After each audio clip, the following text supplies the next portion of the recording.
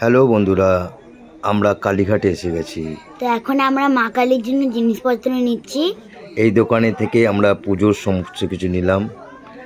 তো এবার চলো যাওয়া যাক মা কালীর মন্দিরে। এখানে অনেক দোকান বসেছে আর দেখতে পাচ্ছেন পাশের সাইডে সব দোকানগুলো, যেখান থেকে ফুল মালা সব কিছু নিয়ে পুজো দিতে গেলাম এই ব্রাহ্মণের সাথে। তো চলো যাওয়া যাক মা কালীর দর্শন করতে। এখানে ফুল বিক্রি হচ্ছে, মা কালীর যাওয়া ফুল। মন্দিরের ভিতরে কিন্তু ক্যামেরা করা অ্যালাউ নেই, তাই মায়ের দর্শন আপনাদের দেখাতে পারলাম না। সুন্দর করেছে চারপাশটা, খুবই সুন্দর গাছপালা। এখানে আমরা প্রসাদ খেতে এসেছিলাম। এখন জয় মা কালীর জয়।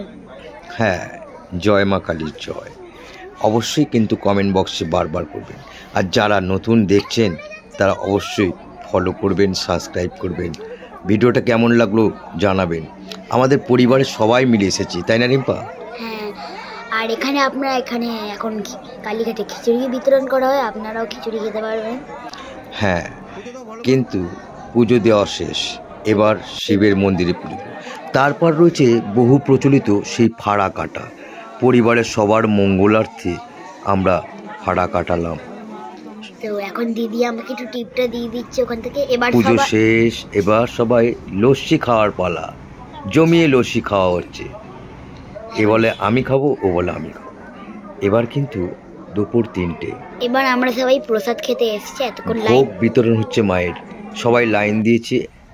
পুজো দেওয়া শেষ, বেরিয়ে চলেছি এবার বাড়ি যাওয়ার জন্য যাচ্ছি। ভিডিওটা কেমন লাগলো জানাবেন অবশ্য। Tata, bye bye.